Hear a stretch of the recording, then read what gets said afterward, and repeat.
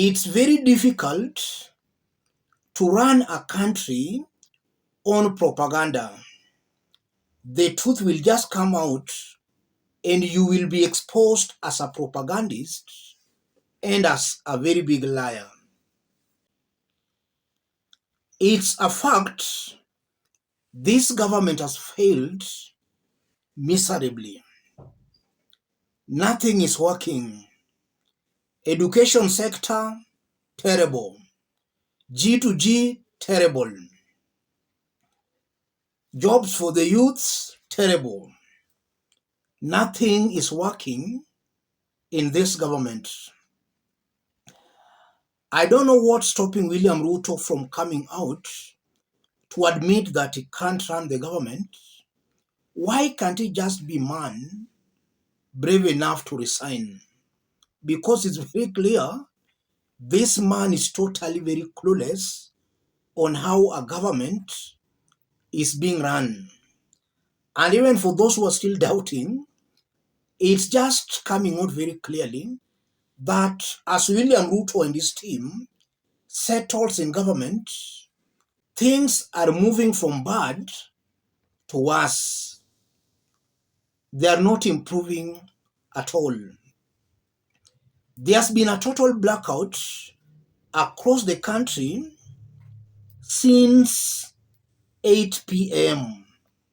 As I talk, it's about 15 minutes to 11 p.m. So Kenya's been experiencing blackout for now 3 hours. And already Kenya Power said that the blackout is because of power disturbance. What is power disturbance? Even the choice of a language they're using, you can just see that they're not even very sure of what they're talking about. They are not sure at all. Last time they were blaming Uhuru Kenyatta and some individuals. I don't know who they will blame this time around. And I still remember, and Kenyans can still remember, Murkomen swearing that there would never be blackout again at the airport. There is total blackout at the airport.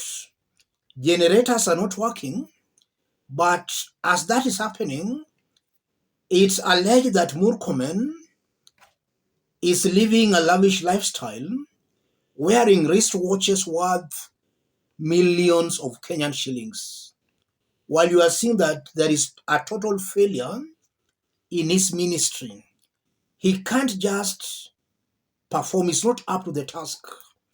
And personally, from where I sit, I can't blame Murkomen. I put the blame squarely on William Samoei Ruto.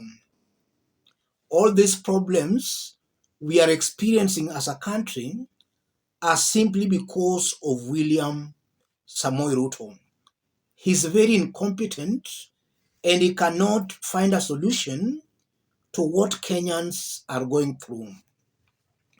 And Kenyans have been mocking this government because of that blackout. Let's have a look at this short clip before we continue. Kuja hivyo. Aya, kata pande yako. Kata pande yako. Aya, kuja tena. Aya, sasa hapo. Ule moja. Enda mulikia ule pilot. Awashe ya president anatoka sahi. Mulikia sawa. Asipaka hapo. Hapa mbele. Sawa. Aya, mulikia. Kuja tena. Aya, kuja. Hapo. Sawa, weka mawe. Yes. Those are creative Kenyans just trying to be satirical of what is happening in our beautiful country, Kenya. And it's good Kenyans are trying to express their feelings through various ways and means. This blackout confirms that this is a government that is destroying almost everything in this country. Corruption is rampant, service delivery, zero. The controller of budget, Nyakango, released a report today, this evening, a report that confirms that there is serious corruption in this government. Kenyans are being deducted money for NSSF, NHIF, and other taxes, but all these deductions are not being remitted to Kenya Revenue Authority. And that's why we are seeing that NHIF is dying, almost everything is collapsing, courtesy to a government that is very, very incompetent. And as I conclude, this blackout, in fact, let me say this, the only way Kenyans can save themselves from all this stupidity is to demand for the resignation or for the impeachment of William Samoei Ruto.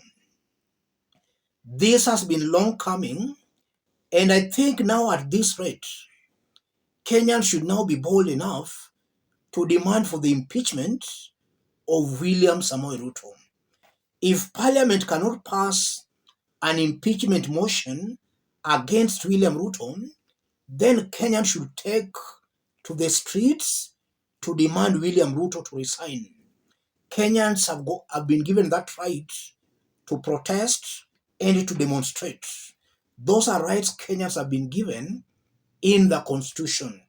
If these members of Parliament cannot impeach William Ruto with what we are seeing, with what we are witnessing, Kenyans should exercise their democratically given rights to protest, to demonstrate, to call for the resignation of William Samoei Ruto. I think this is now just too much. Let me stop it there, ladies and gentlemen.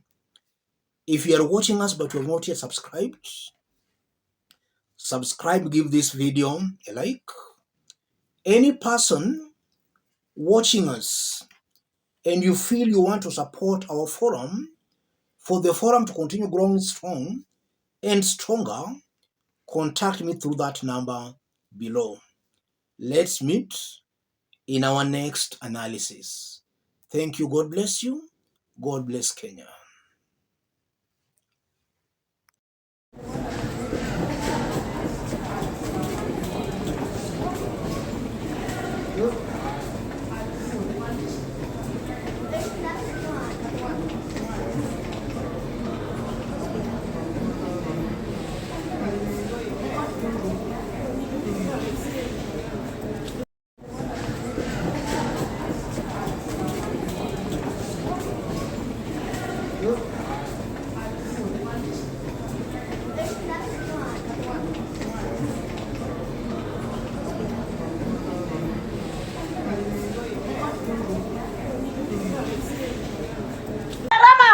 Iko juu, hata rais anaelewa. Hiyo si jambo la kutumwa, anaelewa kabisa. Na ndipo maana unaona rais kila wakati anang'ang'ana, ameenda Ulaya, ameomba pesa, tumeweza kupewa. Manake alipata pale mfuko haina kitu.